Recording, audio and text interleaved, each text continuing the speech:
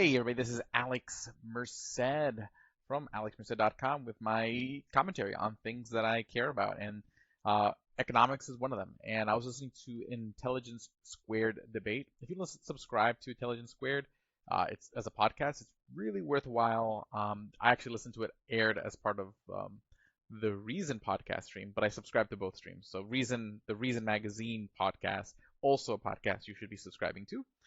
Really great discussions every week on the Reason Roundtable. But basically, what there was this debate about student loans and whether student loans should be forgived. And essentially, the crux of the yes, um, they should be forgiven was basically focusing on the idea that student loans punish uh, basically the basically punishes like minorities and the poor disproportionately to those who don't fall into those categories. And the case against um, focus more on basically the fact that it can be it can be regressive because if you forgive all student debt, not all student debt is held by poor people and minorities. Some of it's going to be held by middle class, upper middle class people. Because sometimes you might take out a loan, even if your parents helped you pay for some of it, depending on what school you went to, you might have borrowed another portion, or maybe you did an extra semester. There's lots of reasons why you might have taken out a loan.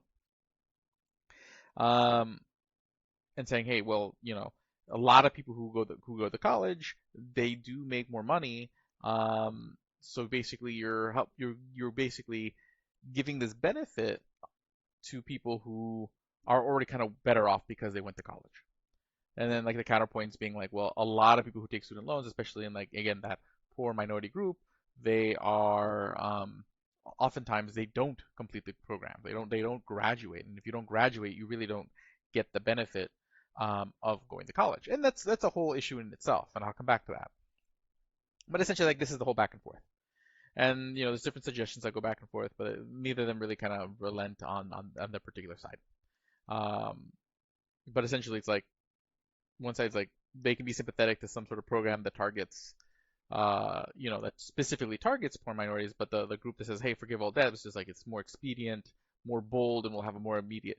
Which, yes, generally, like less exclusionary policies are going to be much easier to implement, and governments don't have a tendency of implementing very complex things very well. Okay, no matter uh, how much anyone would like to believe that government can take any idea and just make it happen. A lot of times, even the simplest ideas get implemented very poorly and inefficiently. So you don't necessarily want to create a program that's so complex that I totally understand. Simple generally is better if you're going to carry out some sort of policy. Um, Now, there's a couple things. One is the cost. Like you're talking about trillions of dollars. And again, like if you're someone who thinks the government should do things like this, there are a lot of other policy, you know, um, priorities that you may believe in, like let's say like providing like universal pre-K or universal health care or universal X and Y and Z, um, or even like universal pay for everyone's college tuition and whatnot. There's like the basically like all of this, and generally like there's some sensible whys in the sense that like you want people to be more mobile, regardless of sort of like the socioeconomic status that they're born into. So certain things are going to really help determine sort of like your long-term sort of trajectory. So like your education, your health, your what was the third one? Well, your health, but I was going to think more like nutrition. So like people who like advocate for like large-scale food programs and whatnot. Especially a lot of programs geared towards children. Yes, okay, a lot of these things, I totally agree. Like these factors are going to determine a lot about sort of like what your outcomes in life are. So if you're malnourished as a kid, it's going to affect your development. You get poor access to education, it's going to affect your development. If you don't have access to quality health care and emergencies come up, that can put you in precarious positions. But again, all of these things to just sit there and say, hey, we're just going to pay for it for everyone is very, very expensive. Okay. And oftentimes not as much as people would like to believe that it's just a matter of money, is also just not like physically practical. They're just like, isn't an infinite amount of good teachers, an infinite amount of doctors, an infinite amount, like there's actual like scarcity of like supplies and things. And like that's just a reality of the world. Okay. And you can say, well, we'll just, throw even more money at it so that way like doctor salaries go up. So that way more people want to be doctors. But then those people who chose to be doctors are now maybe not a teacher. So now you have less teachers. Like there's trade-offs. Like at the end of the day, like there just isn't an infinite amount of people to do all the things. And at the end of the day, like people also have their own dreams and aspirations and whatnot. And if you're someone who dreams to be an artist, you shouldn't be, necessarily nagged into becoming a doctor or a lawyer or a teacher or whatnot. You should follow your dreams. Um, so there's like real like issues, and at the end of the day, like there's also like the actual like dollar and cents issue where like regardless of what you think the role of government is, like the government has spent a lot of money the last few years dealing with uh, the the COVID pandemic at the state, local, and federal level. So pretty much every government's been, for the most part, tapped and overextended, and that overextension is very clear as we can see in the inflation numbers. Okay, because that's generally how like inflation happens. Okay, you put a lot of, you can choose what you want to suddenly blame it on, whether it's, hey, there's too much hiring going on, but at the end of the day, even that presupposes that companies are profitable, which means presupposes that people are spending money, and people can only spend money if they have money in their pockets. So that by nature implies there to be a increase in the money supply or an increase in the velocity of money, one of these factors.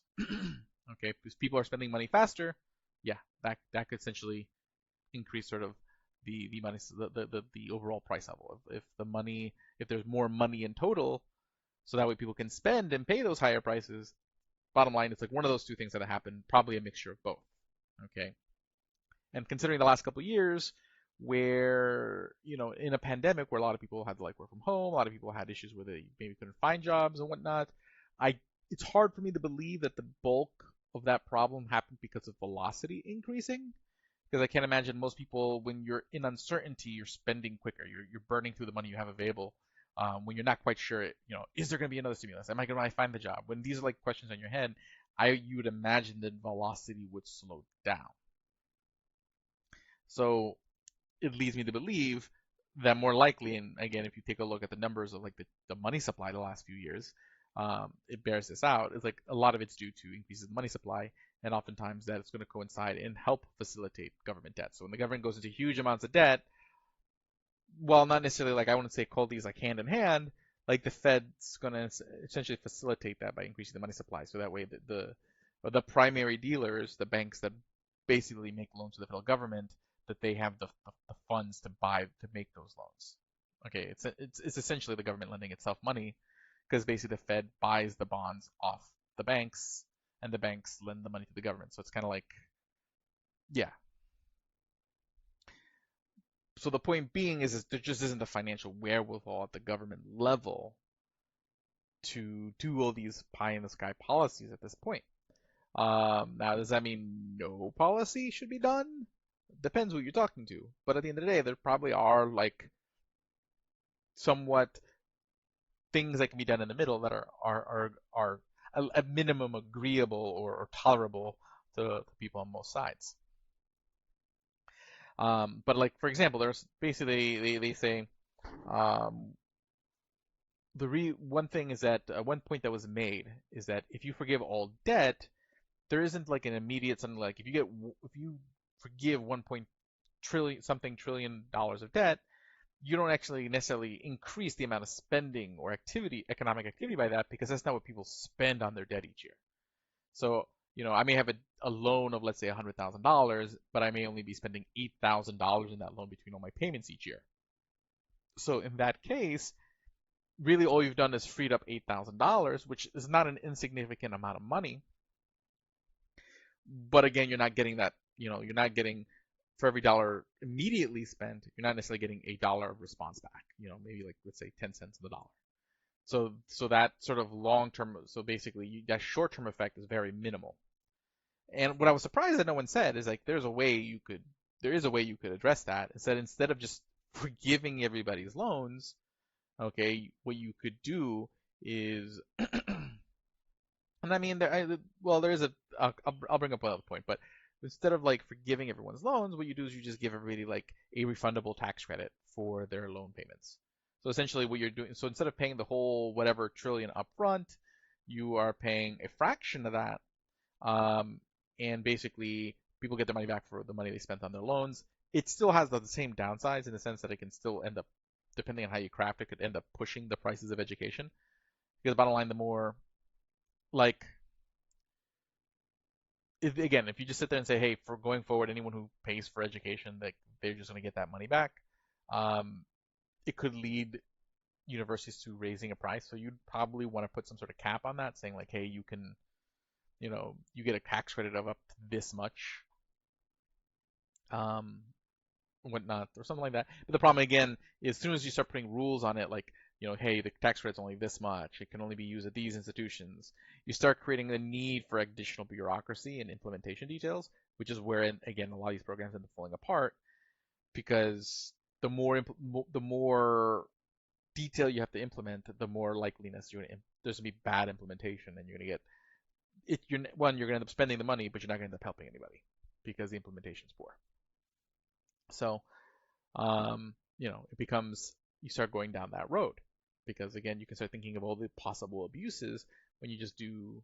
And then again, the counter argument is that sometimes like the benefits outweigh the abuses. So like if some people get a little bit more money that they don't deserve, being able to get something done more efficiently and they receive the benefits of doing that more efficiently um, may outweigh. And that's totally like not necessarily an invalid claim. I mean, again, that would be something that would have to be assessed, and you'd have to do it on a smaller scale, um, and then assess the results to really kind of come to a conclusion on what that would look like. Again, at the end of the day, I'm generally skeptical, um, especially I'm generally skeptical of government action in general, and I'm generally extra skeptical of like national government actions just because again you have so much diversity culturally, geographically, and then the actual just sort of like even within like a town, different schools face different challenges for different reasons. Um, there's a lot of other issues that are going to play a role in a lot of these things. And then there's also the whole issue of that, like, when people have to deal with constraints, it does create some sort of nature, like some sort of level of governance, and basically creates a demand for sort of like people trying to figure out alternatives and allows alternatives to kind of come into existence. That doesn't happen if they don't have those resource pressures. But of course, people who can't deal with resource pressures are worse off. Like that's the trade-off. Like you'll have some people who will figure out how to deal with resource pressures and innovate, and those innovations will benefit other people, but some people won't be able to figure out how to overcome those restrictions. So like the question, so again, you have trade-offs. Like is like the question is like, is everybody who's currently has this resource constraint, if they're all better off, is that better than the foregone innovation that could have benefited other people to come, possibly greater? But again, these are things opportunity costs are things you can't truly absolutely measure. You don't have an accessible multiverse where you can actually like Doctor Strange style and just get the eye of Agamotto and say, hey, what would have happened possibly? But you can make some educated guesses in the sense that like, hey, typically implementation of programs oftentimes aren't that great, oftentimes very poor. And even when you have a poor implementation, it's very hard to then fix that implementation. So then you get stuck with a bad expenditure that's not helping many people. And then you dampen these incentives. You can kind of like, I feel like it's intuitive to say that, oftentimes this should generally be the last resort. Um, and again, this is somebody who's benefited. I'm someone who's like, benefited from different, government programs as a child and growing up, that helped keep me fed, help me keep me housed, help keep me help my mom be able to get to school and be able to support us on her own after some time, and that allows her to live the middle class life she lives now, and me to live to have been able to rise from wondering what the next meal is to having a pretty nice life myself. Um, So I don't think I'm not trying. So I definitely don't deny that there's people who benefit from these programs and they can contribute in all these things. But again, the question is like sort of like one one person. There's many people, and the question is like, okay, which sort of scenario are you going to have sort of like a grander effect for the a greater benefit for the cost? Okay, like no matter what you do, like you can finally find some sort of benefit to doing it. And no matter what you do, there's probably going to be some sort of cost. The question is sort of like, what is the balance between the two? And that's sort of like the way to think about these things. And a lot of the arguments I saw, especially on the like, hey, let's just forgive all debt side, was just focused so much on the benefit. There wasn't any real like true assessment of the costs. Okay, because again, there's trade-offs. Like if hey, if you spend this 1 point whatever trillion dollars, there's other things you're not going to be able to do. You may not. So if you also want to do universal healthcare, that's probably not off the table. If you want to do universal pre-K, that's probably not off the table. If you make this move. And then what happens to all the kids who are going to go to college who don't have loans yet? Are their loans going to be forgiven? So does this mean this is just an open-ended commitment? And what does this basically, if you still have the conditions, basically again a lot of the easy money for education that leads to higher growth in tuition prices, like all you've done is just set yourself up to sort of like the next problem. It's kind of like what happened in like the Philippines, where you had like regular jubilees to cancel tax debt, so that way people can then feel okay enough to pay taxes again. But then people got in the habit of just not paying taxes. Um, NPR Planet Money did a really great episode on that. But yeah, so that's just my thoughts on this. So again, in generally, like I do think making things like education, healthcare, food accessible to people at all socioeconomic levels is important. The question is not it's not whether how and the thing is that that statement is not something you're going to find anyone truly disagreeing with. You tell anybody like should everyone have access to healthcare education? But again, that's a different statement than how that should happen or what is practical or whether I believe is government the right mechanism or whether it's can it truly really fill that role. And again, people will point out like different countries that have provided some programs, but again, they just basically point out that this program exists and then don't actually take a look under the hood of like how does the program work? What are the restraints of the program? What are the expenditures of the program? How do they fund the program? Okay, what are the differences on the scale of the program? Because a lot of countries are a lot smaller than the U.S. and scale matters as far as like implementation details. So there's all these other details that you have to also consider in all these other examples to really have like sit there and say, hey, can we do this over here? That people don't really like truly consider. And again, really take a look at what the trade-offs those countries have decided to take. Because they may have a program that achieves X goal, but very likely in exchange, they now have other costs and created other problems elsewhere that they may prefer to deal with, but that was still a choice. Like again, nothing's free. There's not going to be like, hey, we do this and everything's just gumdrops and roses. And no one's really basically people just want to have the conversation of like I'm either against it or I'm totally for it.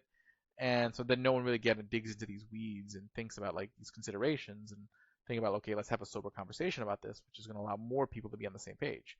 Because even if you're like generally like someone like me who's generally like skeptical, okay, just basically expressing that skepticism and just basically harping on it isn't going to change anyone's mind. But we'll be willing to engage in the conversation and explore all the pros and cons and trade-offs and costs and benefits and have that conversation, will allow me and someone else to get to somewhere that we can probably both feel okay with, live with, and feel like, okay, hey, this is probably as good as it's gonna get. Okay, but that just is not how politics has evolved, for a variety of reasons. People blame the internet and people blame like say oh like it was all like it's not even so much like disinformation or whatnot. I mean part of it is like yes we live in a world where everyone goes into silos and we just reinforce our opinions with other people who have shared the same opinions and news sources and blogs and whatnot that reinforce our opinions. But this is a temporary situation. Like the internet is relatively new. Again, yes, in the span of one generation, like people my age have grown up with the internet. But basically, we're still like, it's still just like been like a generation. It takes time, and it's only really like a couple decades. It takes time to really like adjust to new forms of communication, especially at the scale of the internet. So I'm totally confident, just eventually like society will kind of learn, and you'll have generations that kind of grow better suited at sort of filtering and seeking information and being able to better assess things. But right now you are kind of going through like this sort of like learning phase where there are a lot of like not pretty side effects to just this girth of information that humanity's suddenly been exposed to. But that's temporary. Again, you don't just humanity's not a static thing. We learn and evolve. Same thing, when TV came out and, probably when the newspaper came out, as like different ways of communicating come out. Some people use it for good, some people use it for bad, and basically over time people come up with sort of like they become more aware of the bad ways of using it, so they're better able to self-filter and self handle themselves with the bad uses. Um, that doesn't necessarily change how it affects the people who came before, who are in the mix of that sort of evolution of that learning, but it doesn't mean the learning won't happen and whatnot. So that's always again all the other big sort of tug of war versus like time horizons on when you want things to happen. It's like yes, things may work themselves out in the long run, but that's very little consolation if you're the person who's living right now dealing with the problems now. So, you know, bottom line is what I'm trying to say is like having sober conversations about risks and benefits will yield better results than just kind of sticking out a position and saying this is my goal is to protect this spot and defend this spot at all cases and just say like my success or failure is based on whether I am able to support this spot. The goal should be trying to find like a better answer. But yep, that's all I got to say today. My name is Alex Merced from alexmerced.com. Have a great day and enjoy. If you're watching this as a podcast, make sure you do subscribe to the podcast. Leave a comment if you can wherever you're at or a review of the podcast. If you're watching this on YouTube, do hit like and subscribe, and I'll see you all later on.